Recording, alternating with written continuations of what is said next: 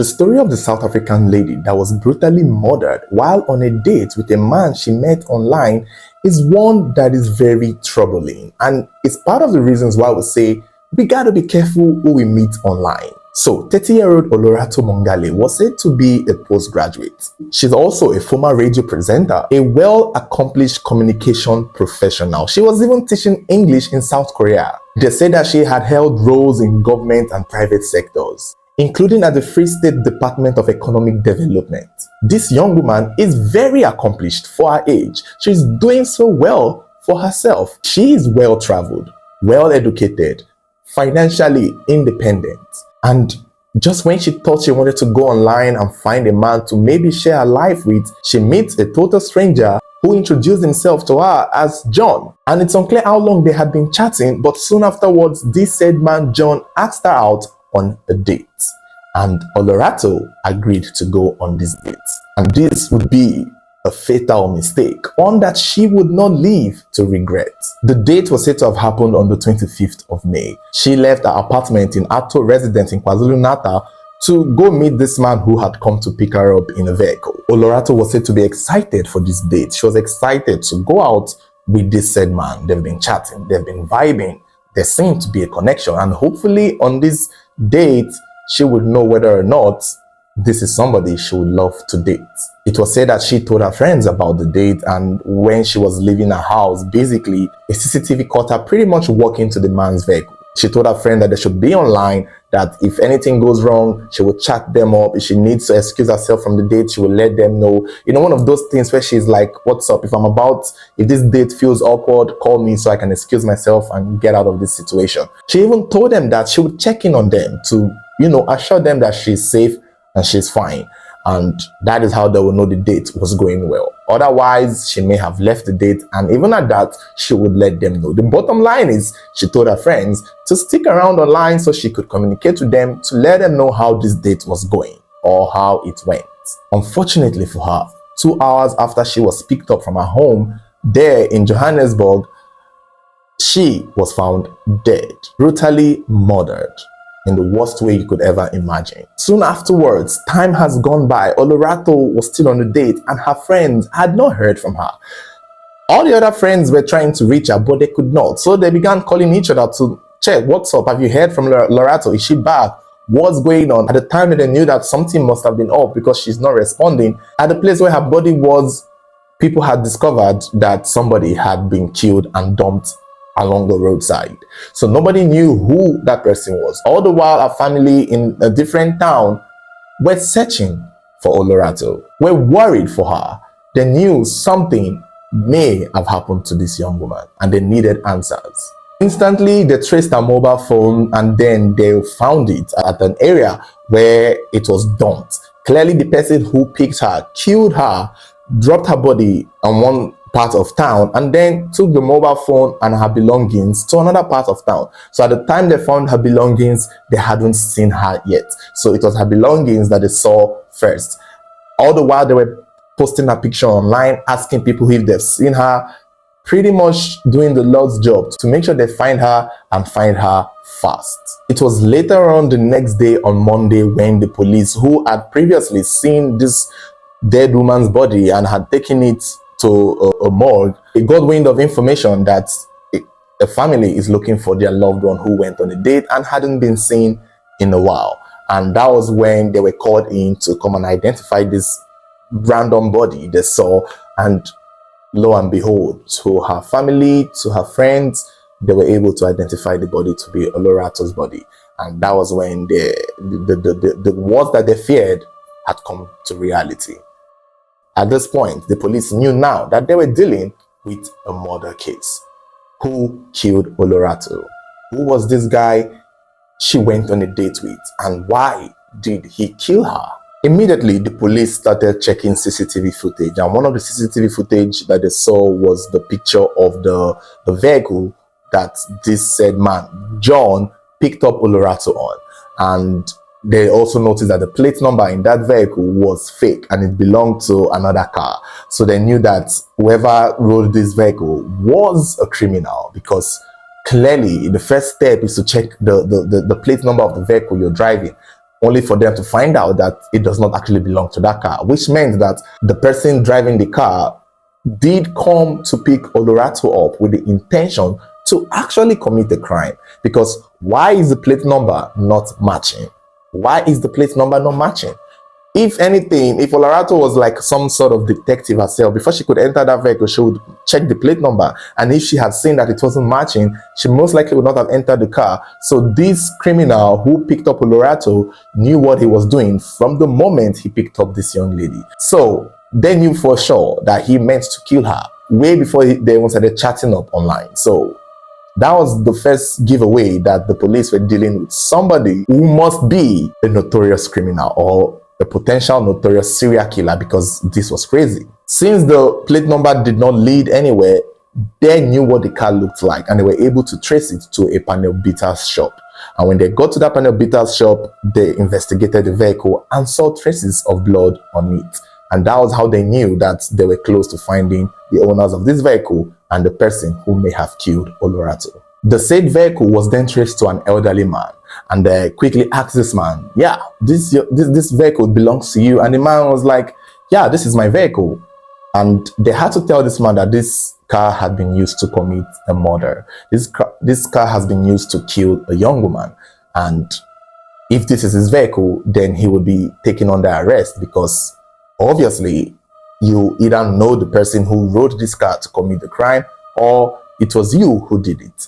And the man did not waste time, and he pretty much told the police that, see, I did not drive this car on Sunday evening. It was my son who did. And that was the first time the police knew the name of their very first suspect, a young man named Filangenkosi Makanya. Upon hearing this name, the police were like, wait a damn minute, Filangenkosi, they know this person.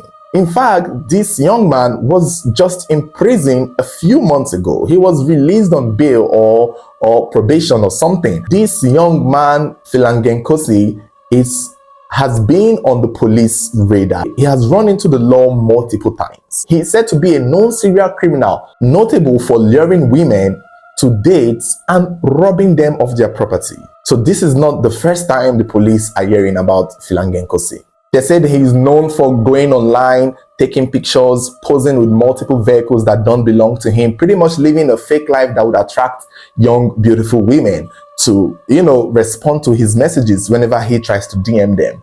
Those kind of fake young boy lifestyle that you cannot tell online, but you would think that, oh, this young man is clearly living the life, not knowing that this is just him being a criminal, trying to lure people into going on dates with him so that he can rob them of their own valuables, because he ain't got nothing.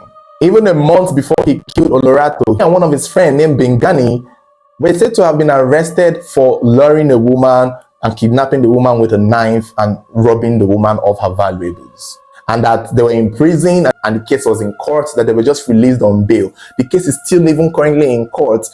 1 month later, they are committing another similar crime, except this time around, they took it a step further to murder the young lady.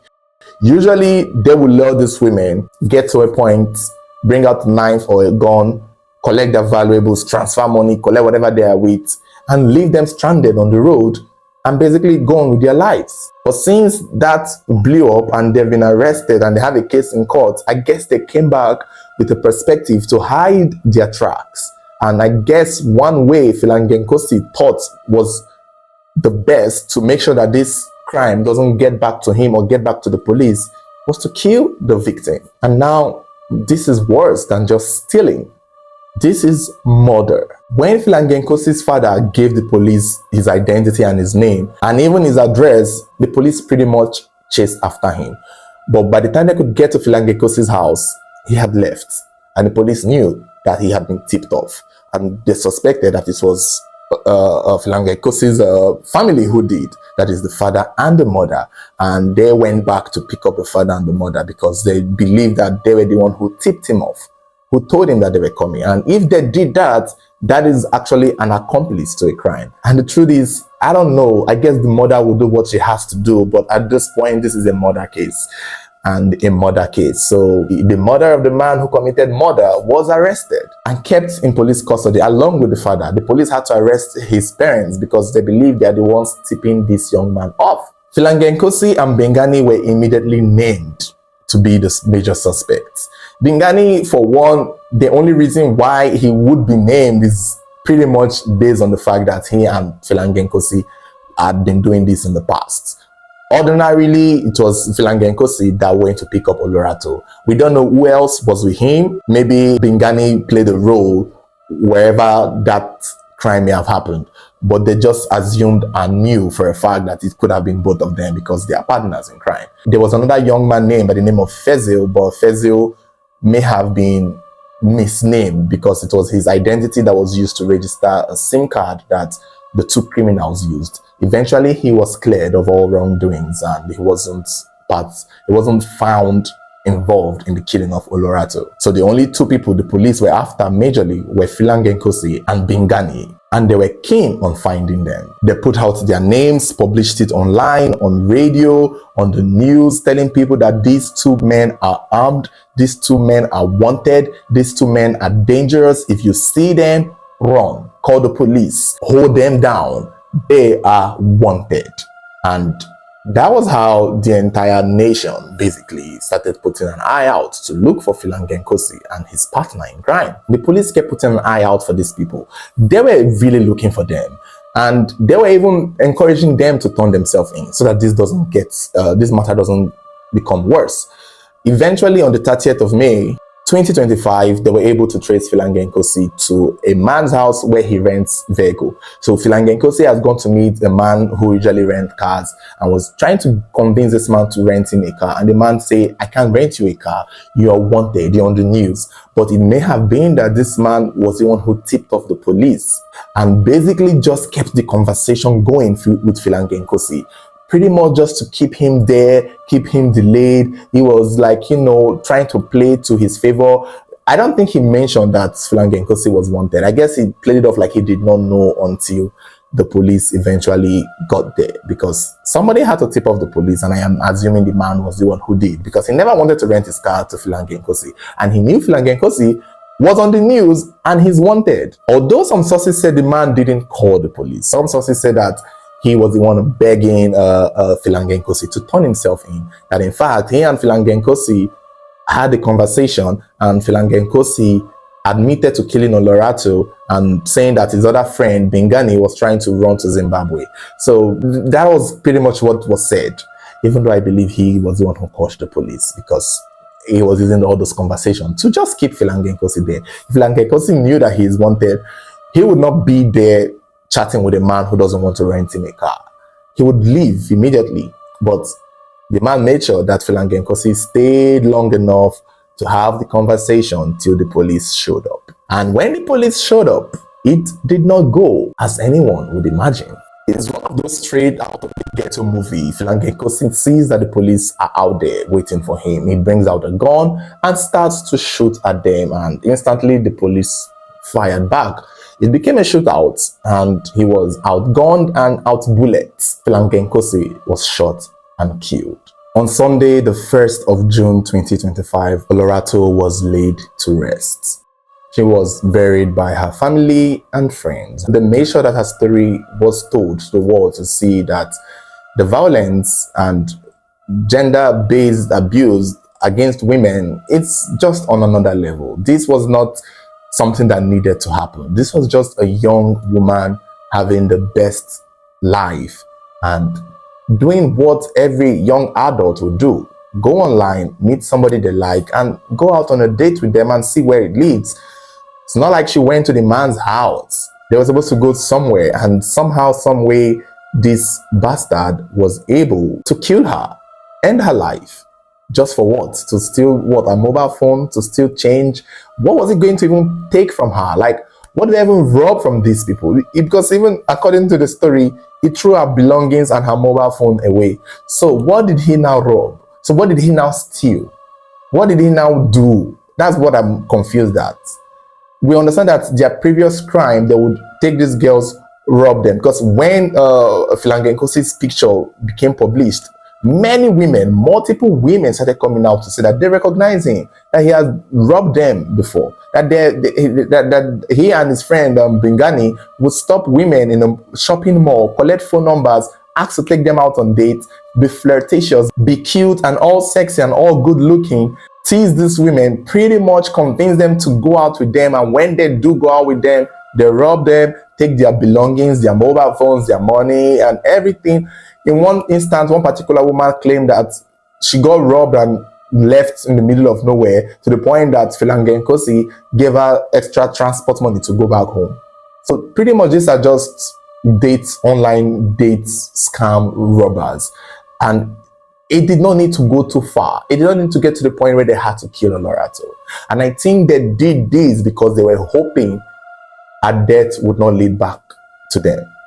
Because we've talked about the way, actually, was it a South African story about a serial killer who actually became a serial killer, from a serial rapist to a serial killer, all because, you know, if his victim survives his robbery or his crime, they would report on him.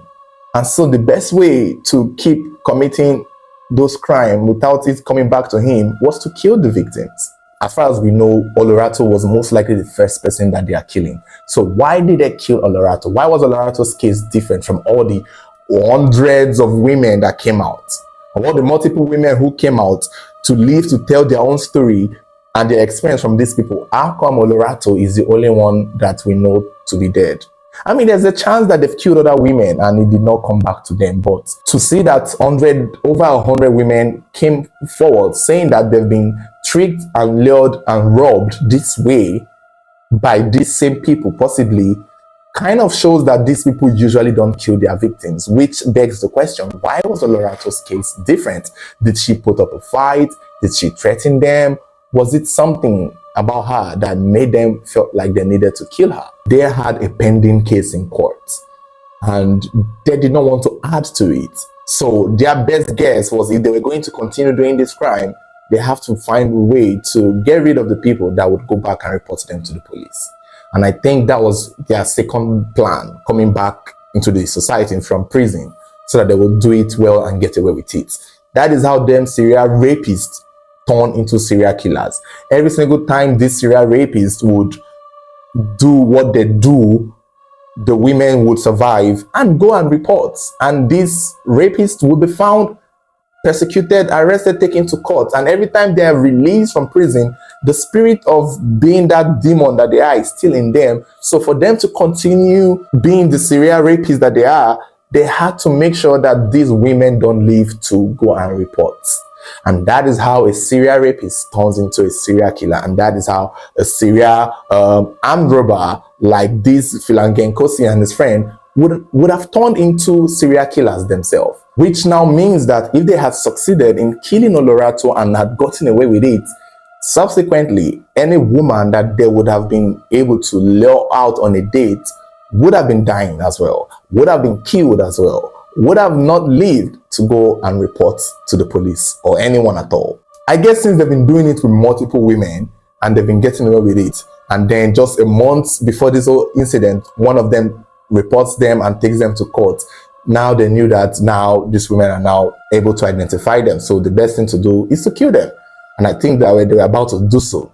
There's a chance that they may have done to other women before Olorato, but I guess Olorato is the straw that breaks the camel's back and exposes them. So far, they said that as at the time of making this video, Bingani is still on the run. Philange Nkosi has been killed. So the other culprit is still, the police are still looking for him. And I guess since Philange Nkosi already told the car dealer that Bingani has gone to Zimbabwe, maybe he's there, or maybe he has left South Africa, because he knows he's in hot water. This is just so unimaginable. This is so crazy and very unfortunate, honestly. I hope they find him soon. I hope they do.